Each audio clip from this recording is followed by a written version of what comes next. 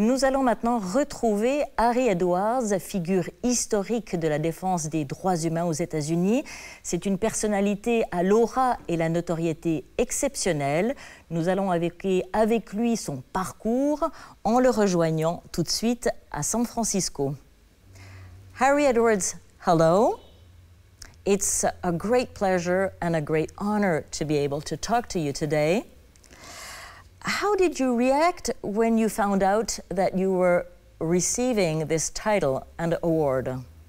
First of all, it's very humbling. I've gotten a number of honorary doctorate degrees here in the United States. I've never gotten one from abroad, and to come from the University of Lausanne, it's particularly an honor. I know that that's the home of the International Olympic Committee, I believe, and there's a long history there of very progressive and forward-thinking academics and so forth. So I was very honored and very humbled by the opportunity. Is there anything special about receiving the title Doctor Honoris Causa of the University of Lausanne, not far from the headquarters of the Olympic Committee?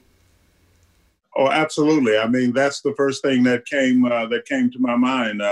I think that there are some opportunities here, at least some impressions to be made, if not a statement in this regard. I think that the recognition of my career and life's work around the sociology of sport and sports activism, which of course is very much in the news around the world today, and the fact that that's the home of the International Olympic Committee, with the Olympics coming up in this particular era.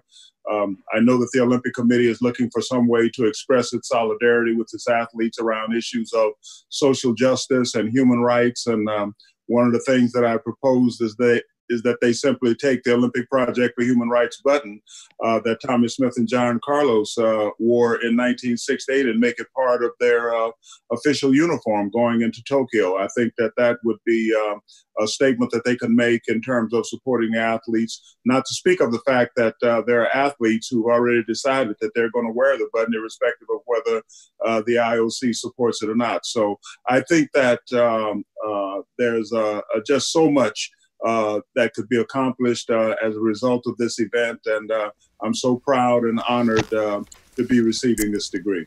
Harry Edwards, is there a sign or a decision you are waiting from the Olympic Committee or the Olympic movement?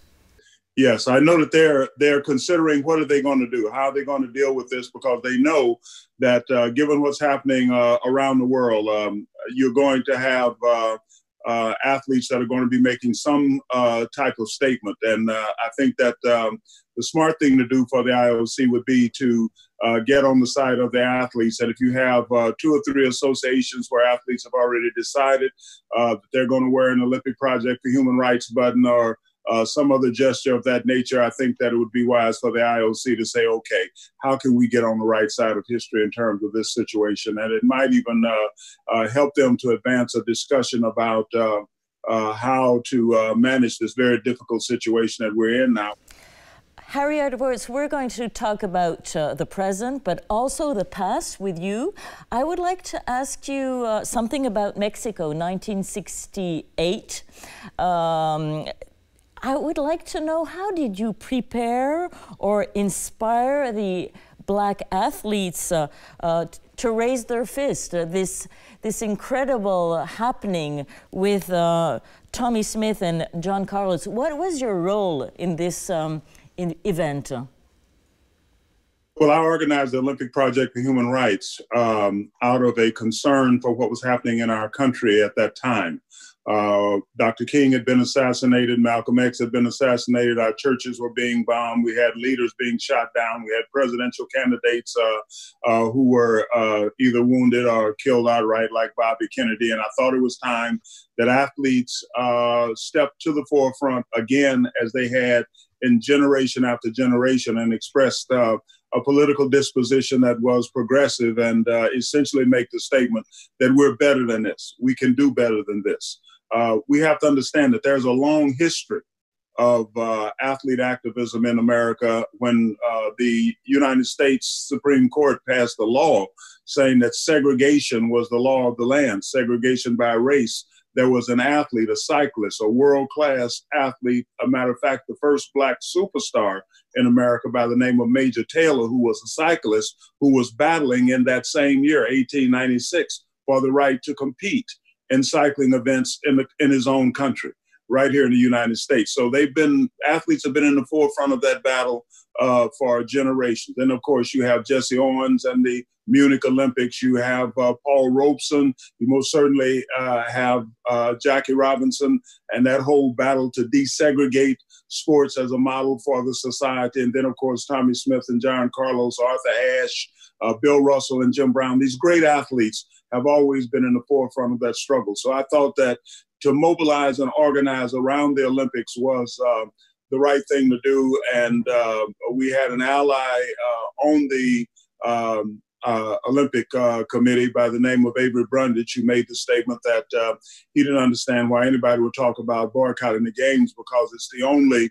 forum where Negroes and communists can stand on the same level footing with the rest of humanity. So that all inflamed and fueled the situation. But our basic point was that we wanted to make a statement, letting our country know, letting our government know, letting the law enforcement agencies in this country like the FBI and others know, who apparently couldn't stop the killing, to let them know that we believed that we are better than this. And that was the point of the Mexico City protest.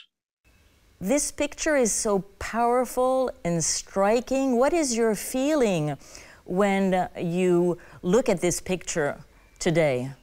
Yes, the picture of John Carlos and Tommy Smith on the victory podium in Mexico City, I believe is the most iconic sports image of the 20th century.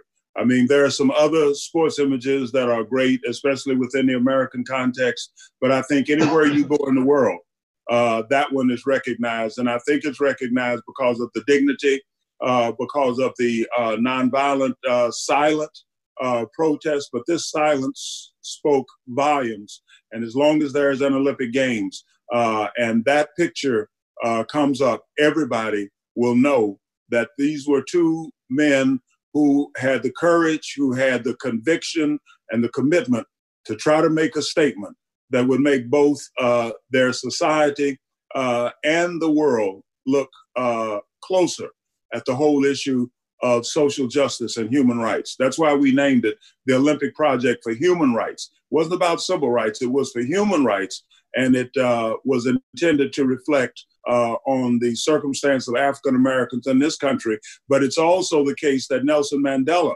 had a photo of Smith and Carlos on the victory stand smuggled into his jail cell on Robben Island, along with a poster that we had developed in support of the anti-apartheid struggle. While you are talking to us, we see another picture on your wall in your house, just behind you. What is this picture? That's a picture of Dr. Martin Luther King and Jackie Robinson in 1957 getting honorary doctorate degrees from Howard University. This intersectionality of sport and race and politics is long-standing in this society. As I stated, it goes back to 1896. But the civil rights struggle and the struggle to desegregate baseball that was waged by Jackie Robinson were most certainly inextricably intertwined and interconnected.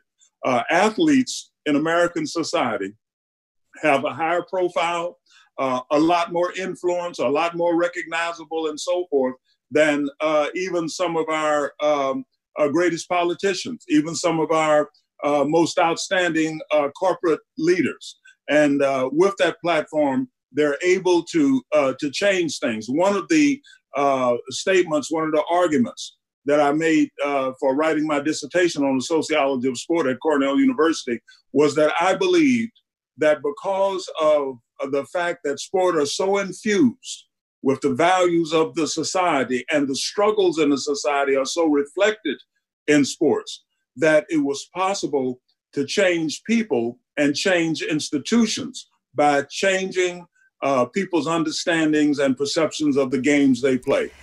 50 or 60 years after these events, what is your feeling about your struggle, all your engagement for human rights? Have we progressed? Do you have hope, or are you disappointed with what is happening now? Well, first of all, the struggle continues. We're fighting some of the same battles we were fighting back then. One of the things that we were very much concerned about in 1968 was police violence against communities of color. And of course, the George Floyd murder, the murder of Breonna Taylor, the murder of Rayshard Brooks just in the past 3 weeks are indicative of the fact that that struggle continues. And again, athletes are in the forefront of it. When Colin Kaepernick took a knee at San Francisco 49ers in protest of police violence, he paid a heck of a price for it in terms of sacrificing his career, in terms of the death threats and so forth that he received, but he never stopped protesting, which is one of the reasons that I am really pushing for him to get a Nobel Peace Prize nomination, because he set off all of the demonstrations that you see now around the George Floyd death and around these other murders. It was Colin Kaepernick who set that off. And of course, he's in the tradition of Tommy Smith. He's in the tradition of Jackie Robinson. He's in the tradition of Jesse Owens and of Major Taylor and of Joe Louis and Paul Robeson and all of these other great athletes. Of Maya Moore today, top WNBA basketball player who literally set her career aside so that she could work on a social justice issue. So these athletes today are following in the footsteps, standing on the shoulders of the giants who came before them. And I'm so proud of them. LeBron James, Carmelo Anthony, Dwayne Wade, Chris Paul. I'm very hopeful. Now, the issue of whether or not we will make progress or whether we're just recycling back through the same types of protests, leading to some minor changes, some quiet and peace, and then the same thing exploding again, will depend upon whether or not we shift the view, shift the struggle from the pain in Black and brown communities to the problems that exist in the American mainstream white communities. But the one thing I am entirely hopeful about is the fact that we have so many people out and in the street and protesting, and some real changes happening in the laws and so forth. We've seen this before, but there's a scent of difference about this. I believed and have stated for quite some time that silence is evil's greatest ally. And people are vociferous, they're angry, they're looking to trade out people, get rid of them if they can't get the job done. And of course, we have a presidential election coming up, which will give us an opportunity to take a huge step in a progressive direction. Thank you very much for being with us. Will we have the pleasure one day to see you in Lausanne? Oh, I hope so. I'm 77 years old. I hope that if you can guarantee me that you'll be there, then I'll guarantee that I'll be there. Harry Edwards, thank you very much, and congratulations.